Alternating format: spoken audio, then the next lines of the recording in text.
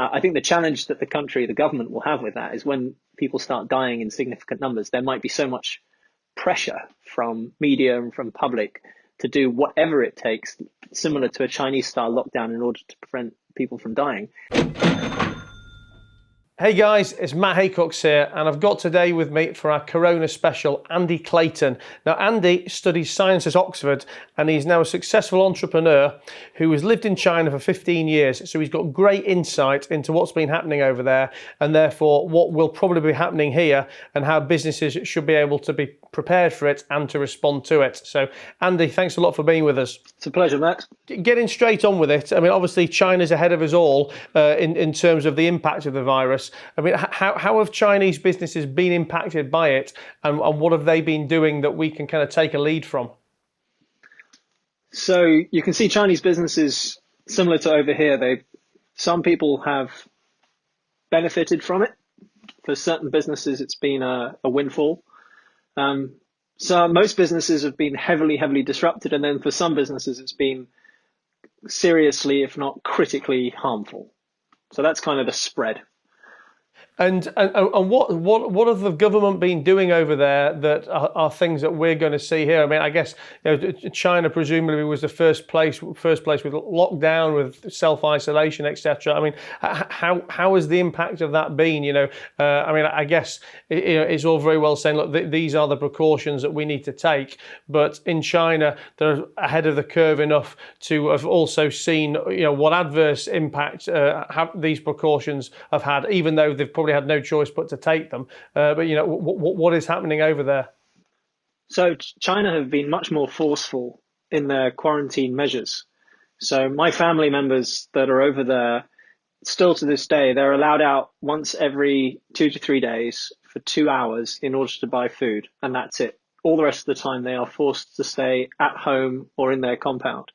So there's still significant parts of China that are on that level of lockdown. How long ago did what it China start? have done is, how long ago? Well, that's been for a month and a half, so mid-January, so almost 2 months now. Now, what China have done, which is quite interesting, and I think everyone will start to get familiar with this concept over here, is they've identified 3 levels of lockdown. So the first level is just educational. So it's telling people, be aware, wash your hands, distance yourself, stay at home if you have to. Then the second level is they restrict public gatherings. They close down schools, but they allow workplaces to carry on. They keep public transport open. And then level 3 is this full lockdown where everybody is forced to stay at home, and anything that isn't selling food or a hospital or a police station or something like that is on enforced lockdown. And so what they've done is they've categorized each city and region of the country, by level 1, level 2, level 3. And then as case levels change, they move the cities between these levels of lockdown. The other part of your question is kind of what are they doing for businesses? So, for example, they have deferred all essentially like national insurance, social insurance contributions for 6 months. And that's to date is a deferral. They've written off a lot of taxes, similar to over here. They've had to inject, obviously, a lot of liquidity into the market, and they have a high degree of control over their banking system. So they're able to roll over loans and mortgages and those sorts of things. And those are measures that we will see and are starting to see over here too. Now, and tell me, how has it been found over China, though, insofar as, we talk about delaying national insurance contributions, tax payments, etc. And as nice and helpful as that may sound, in the grand scheme of things, to me, it doesn't feel like it'll touch the sides. For example, I'm trying to think of equivalent businesses that I may be involved in the UK that this could be impacted on. And I work with a group of businesses which are sports bars. Right.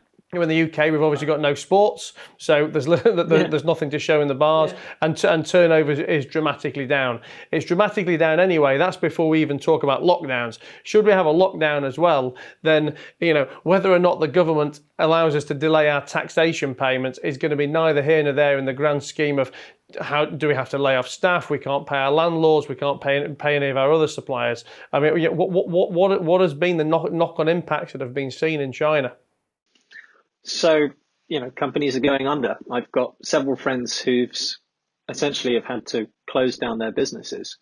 And just to be clear, there, when we're saying the word close down, we're not closing down for a month. We're talking about terminal. These businesses are bust. Well, because we're still in that lockdown phase, the distinction is kind of moot. Because if you've said to people, look, you're all going to be on zero pay for a while, and you're not paying the landlord, and you're in a sort of holding pattern of just waiting to see and eliminating all costs, then what is the official? They don't have official bankruptcy laws in China, so lots of people are in this what you call like a zombie limbo land where their business is no longer viable. No one can really claim them for, because employees know that they're not going to get paid. And so they've built up this enormous number of problems that are going to have to be sorted out through lengthy negotiations. But I have friends whose businesses essentially have closed down, and some of them are closed down sort of on ice temporarily, and some of them are now insolvent. And they don't really know yet quite how they're going to resolve the sort of long train of difficult conversations that ensue. So there's a lot of uncertainty around that.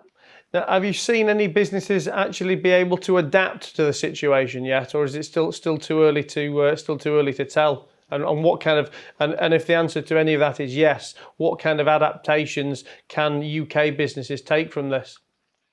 Right, and that's the most interesting thing. And so if you take that spectrum, right, you've got people that benefit, you've got most companies that are disrupted, and then you've got people that are sort of seriously hurt and harmed. The response strategies vary depending on who you are. So, for example, I have a friend and he has several, well, he previously had one, now he has multiple face mask factories in China. So in that sort of situation, there's this huge spike in demand. And so you have to move quickly. You have to show strong leadership, a lot of negotiations. You have to bring in temporary labor and staff and in order to be able to ramp up production and respond in that way. So that's has happened to quite a lot of businesses over there. And then in the middle, you've got the majority of companies for whom there is threats and opportunities.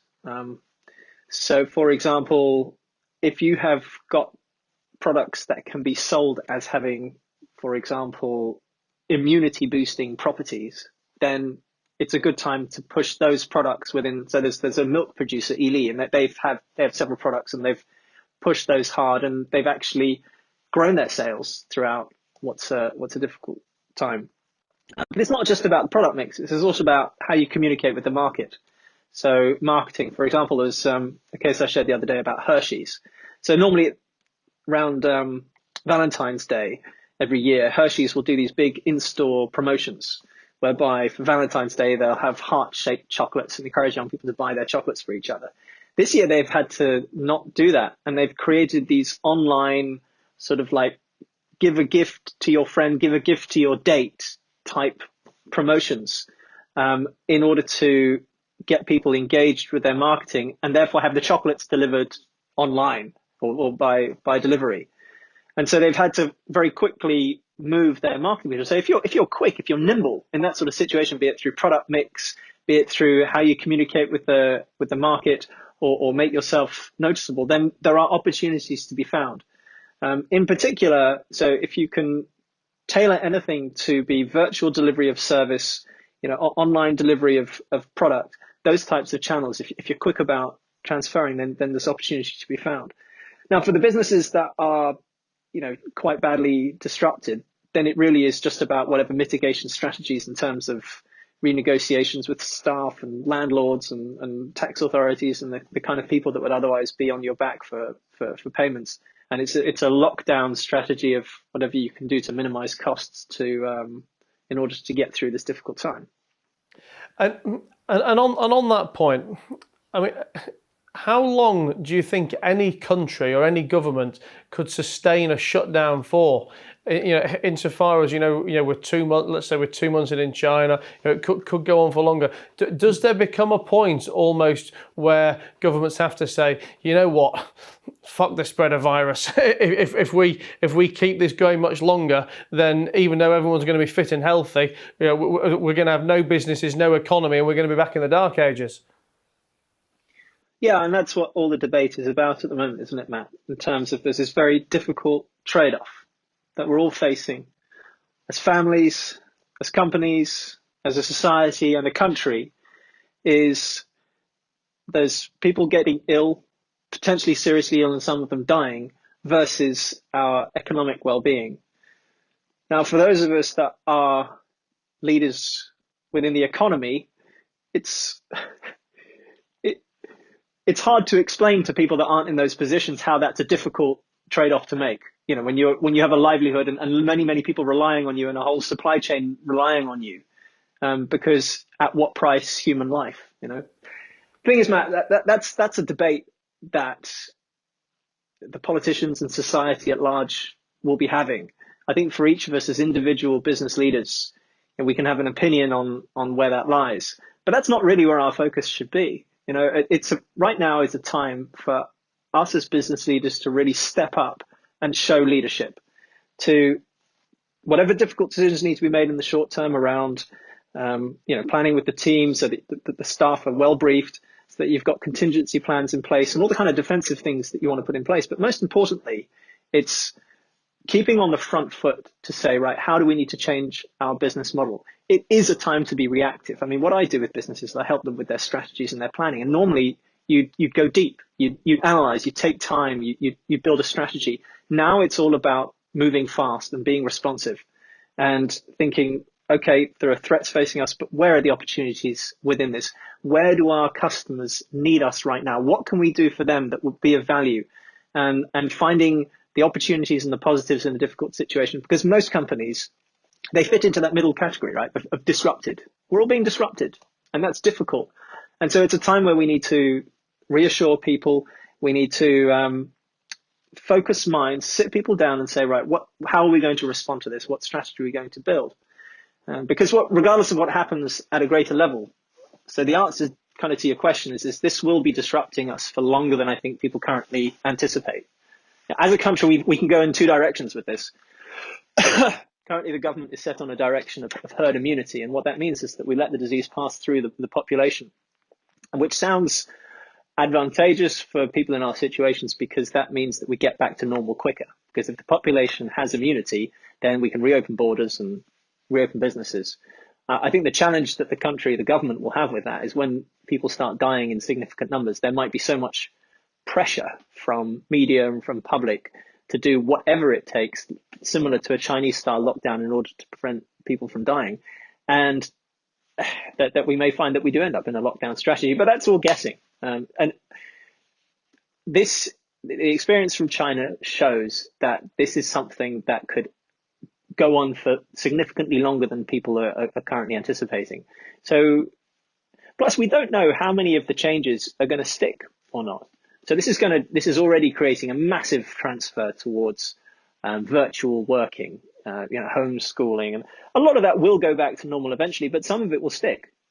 I don't think my wife is going to go supermarket shopping anymore. She's going to continue with online shopping because this has been that sort of transition moment.